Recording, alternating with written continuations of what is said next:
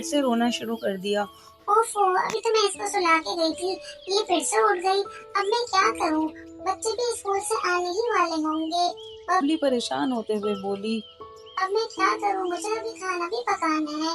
ओफो बेटा, जल्दी से सो जाओ, देखो आपके भाई आने वाले हैं और मम्मी ने खाना भी पकाना है। बबली मुन्नी को सुलाते हुए बोली। मुन्नी आखिरकार रोते रोते सो गई। बबली ने कहा, चलो ठीक है, अब ये सो रही है तो मैं जल्दी से जाके खाना पका लेती हूँ। बबली ये कहकर उड़ते हुए अपने किचन में आ गई और आके उसने फौरन खाना पकाना शुरू कर दिया, क्योंकि उसके बच्चे भी स्कूल से आने ही वाले थे। बबली समोसे तलने लगी जल्दी जल्दी, ताकि वो अपने बच्चों को खिला सके। अभी वो समोसे तल ही रही थी कि बच्चे आ गए। मम्मी, आज आपने क्या पकाया है? जल्दी से दे दे, बहुत भूख लग रही है। हाँ, मैंने समोसे पकाए हैं, आप लोग बैठो, मैं बस आपको दे ही रही हूँ। बबली ने कहा। बबली ने जल्दी से गरम गरम समोसे चूल्हे से उतारे और बच्चों को खिलाने लगी। बच्चों ने जल्दी जल्दी खाना शुरू कर दिया, क्योंकि बच्चे स्कूल से घर आए थे तो वो बहुत ज़्यादा भूखे थे।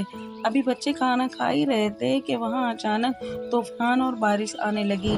बारिश आने और तूफान की वजह से उनका घर डूबने लगा। बच्चे बहुत ज़्यादा परेशान हो गए। बच्चों ने अपनी मम्मी से कहा, मम्मी, अब हम क्या करें? ये तो बहुत ज्यादा तूफान आ गया है, अब हमारा घर डूब जाएगा, हम नहीं बच पाएंगे। बबली चिड़िया ने कहा, परेशान नहीं होते, अल्लाह पे भरोसा रखो, सब ठीक हो जाएगा और ये तूफान जल्दी थम जाएगा। बबलू और पिंकू बहुत ज़्यादा परेशान थे, मगर बबली चिड़िया फिर भी उनको तसल्ली दे रही थी, ताकि वो ज़्यादा परेशान न हो। बबलू और पिंकू अपने घर में घोंसले में बैठे हुए देख रहे थे कि तूफान कितना ज़्यादा है।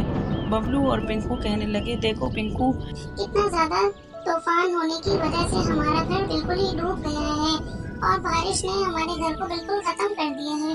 पिंकू बोला, हाँ, तुम सही कह रहे हो, देखो ये घर भी हिल रहा है, अब हमको इसको खाली कर देना चाहिए, कहीं ऐसा ना हो हम इसके नीचे आकर दब जाएं।